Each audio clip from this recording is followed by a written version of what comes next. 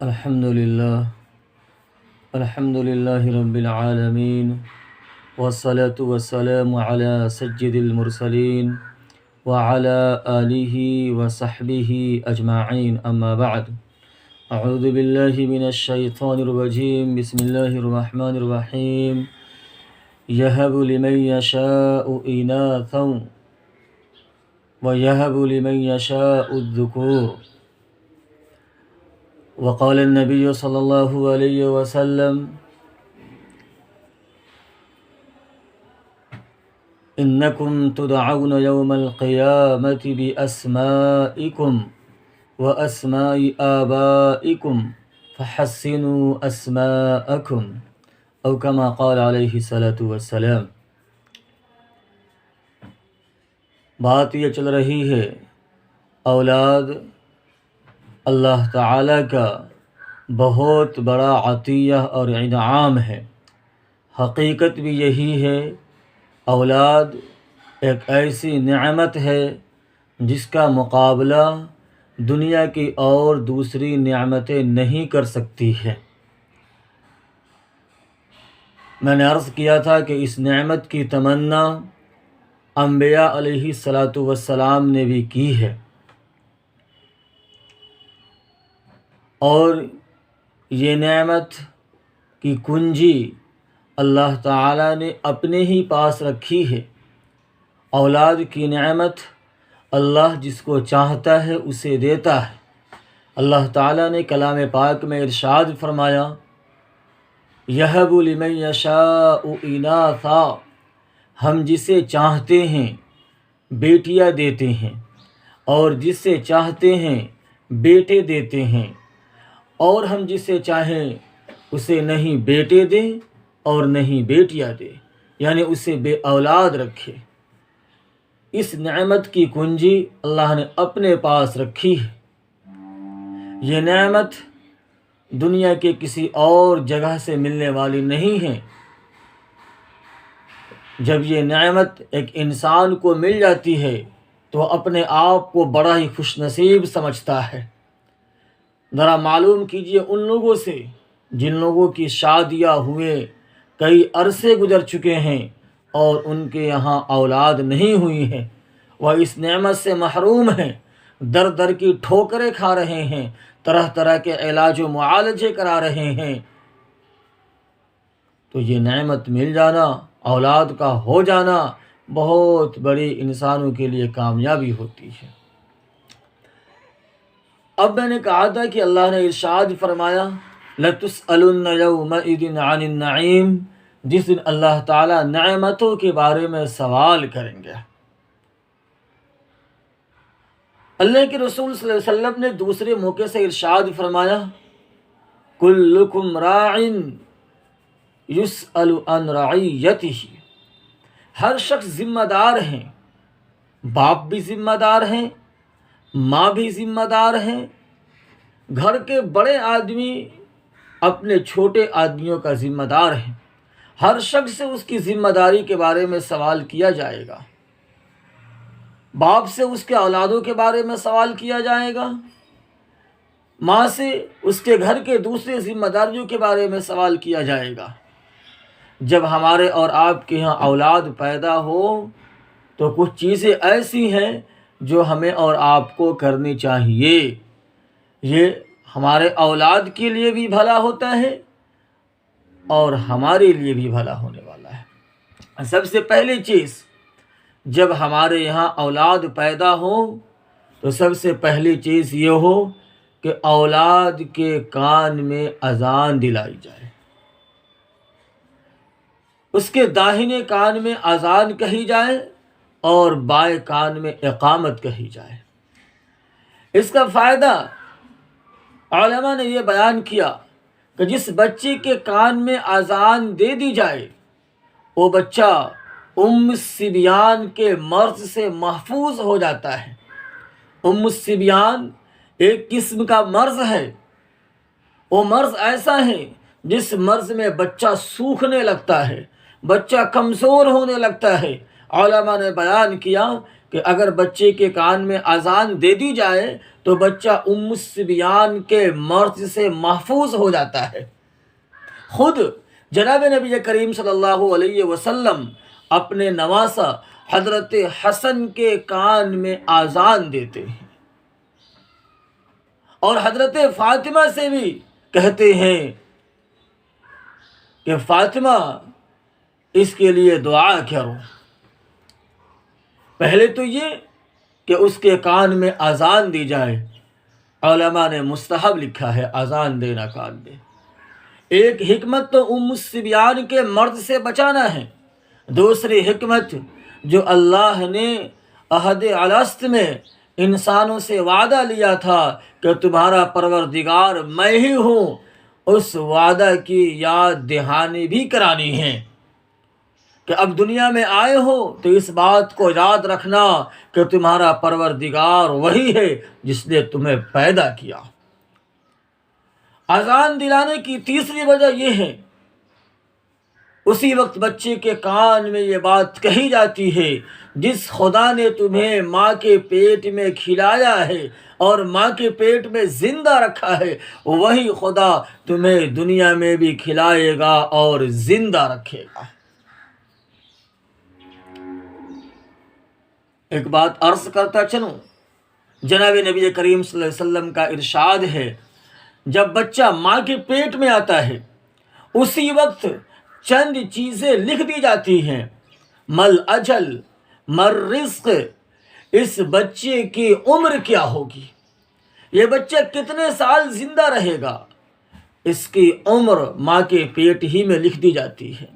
یہ بچہ دنیا میں کتنا روزی کمائے گا، یہ بچے کی آمدنی کیا ہوگی، یہ کتنا پیسہ والا ہوگا، امیر ہوگا یا غریب ہوگا، یہ چیزیں ماں کے پیٹ ہی میں لکھ دی جاتی ہے۔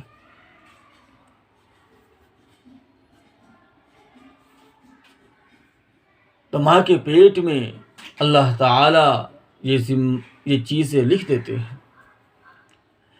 تو جب بچہ پیدا ہو تو سب سے پہلا کام کیا، اس کے کان میں اذان دلائی جائے۔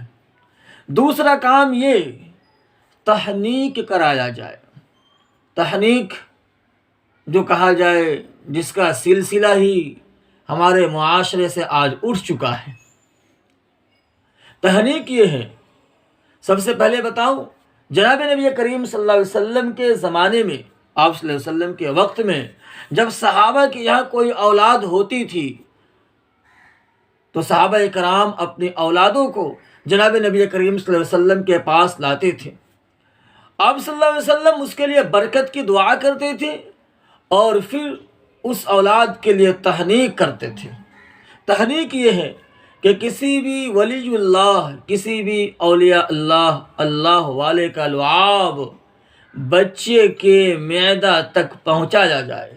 اس کی شکل یہ ہے کہ جناب نبی کریم صلی اللہ علیہ وسلم کھجور چبا کر کے یا چھہاڑا چبا کر کے، بالکل چبا کر کے اس کو بچے کے لب کے پاس لگاتے تھے، بچے کے منہ میں ڈالتے تھے، تاکہ اس کی جو لعاب ہے وہ لعاب بچے کے معدہ تک کے پہنچے۔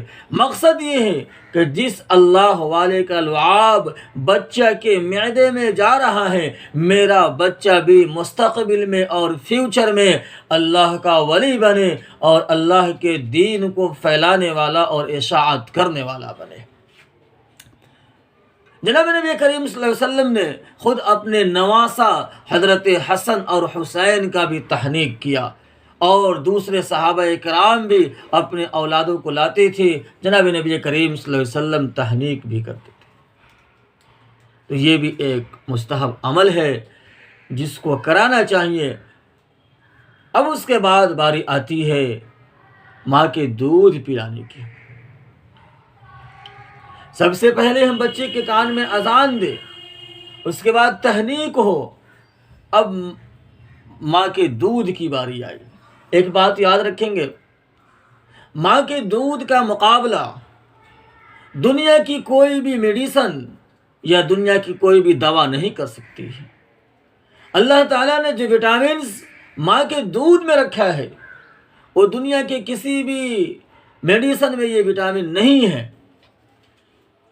ماں کی دودھ بچے کے لیے غذا کا کام کرتی ہے، ماں کی دودھ سے بچہ نشو و نما پاتا ہے، ماں کی دودھ بچے کے جگر کے لیے فائدہ مند ہوتا ہے۔ اتنا ہی نہیں، مذہب اسلام کا مقصد یہ ہے کہ جب ایک عورت اپنے بچے کو دودھ پلاتی ہے تو ماں کے اخلاق، ماں کے عادات اور ماں کی اچھی عادتیں دودھ کے ذریعے سے اولاد کے اندر منتقل ہوتی ہے۔ ماں اگر نیک سیرت ہے، ماں اگر اخلاق مند ہے، ماں اگر اچھی عادات کی عادی ہے تو یہ اچھی عادتیں، یہ اچھے اخلاق اولاد کے اندر منتقل ہوتی ہے دودھ کے ذریعے سے۔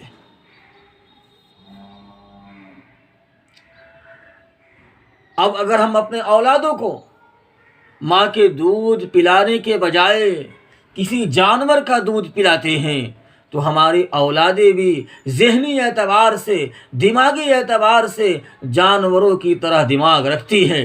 اسی وجہ سے اپنے اولادوں کو اپنے عورتوں ہی کا دودھ پلایا کرے، یہ ہمارے بچوں کے لیے فائدہ مند ہے۔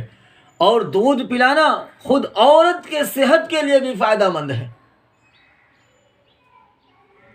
بہت ساری عورتیں جو صرف اس خیال میں بچے کو دودھ نہیں پلاتی کہ ہماری بدن کی ساخت خراب ہو جائے گی،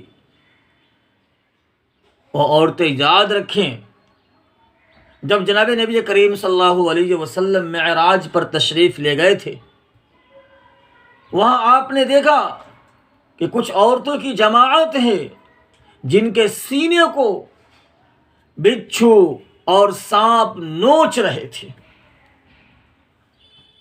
بچھو اور سانپ اس کے سینے کو نوچ رہے تھے۔ جناب نبی کریم صلی اللہ علیہ وسلم نے حضرت جبرائیل سے سوال کیا، اے جبرائیل، یہ کون لوگ ہیں، یہ کون عورتیں ہیں جن کے سینے کو سانپ اور بچھو نوچ رہے ہیں؟ جبریل امین نے جواب دیا، یہ وہ عورتیں ہیں جو اپنے بچے کو دودھ نہیں پلاتی تھی، باوجود کہ ان کے بچوں کو ان عورتوں کی دودھ کی ضرورت ہوتی تھی۔ بچے دودھ کے ضرورت مند تھے، پھر بھی عورتیں دودھ نہیں پلاتی تھی۔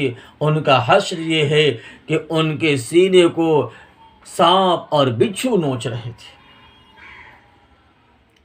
تو ماں کی دودھ ایک غذا بھی ہے، اور ماں کی دودھ اولاد کے لیے اخلاق اور اطوار پیدا کرنے کا ذریعہ بھی ہے۔ ساتھ ہی ساتھ ماں کی دودھ خود ماں کے لیے صحت مند ہے۔ اگر ماں اپنے بچے کو دودھ پلاتی ہے، اس میں صحت کا راز مثبر ہے۔ تبھی تو اللہ تعالیٰ نے کلام پاک میں ارشاد فرمایا، الوالدات یرضعن اولادہن حولین کاملین، کہ مائیں اپنے بچوں کو دودھ پلائیں، مائیں اپنے بچوں کو دودھ پلائیں، کنٹینیو 2 سال پلائے، 2.5 سال پلائے۔ علماء احناف کے یہاں مذہب یہ ہے کہ کم سے کم 2.5 سال اپنے بچے کو دودھ پلایا جائے۔ تو آج کی بات یہ ہوئی، سب سے پہلے جب ہمارے یہاں اولاد پیدا ہو تو اس کے کان میں اذان دی جائے، پھر اس کا تحنیک کرایا جائے، اس کے بعد ماں خود اپنا دودھ اپنے بچے کو پلائے۔ ایک شعر کہہ کے بات ختم کرتا ہوں، دودھ ہے ڈبے کی، تعلیم ہے سرکار کی، کہاں سے آئے گی اولاد میں اطوار ماں باپ کی۔ بھائیو، اللہ تعالیٰ سے دعا کرے کہ اللہ تعالیٰ ہمیں اور آپ کو صحیح سمجھ عطا فرمائے اور ہم اپنے اولادوں کے حقوق کو ادا کرنے والے بنیں۔ اگر ہم اولادوں کے حقوق کو ادا کرتے ہیں تبھی قیامت کے میدان میں ہماری اولاد ہمارے لیے نجات کا ذریعہ بنے گی، ورنہ ہماری اولاد ہمارے لیے تباہی اور بربادی کا ذریعہ بن جائے گی، دنیا میں بھی اور آخرت میں بھی۔ وما علینا الا البلاغ۔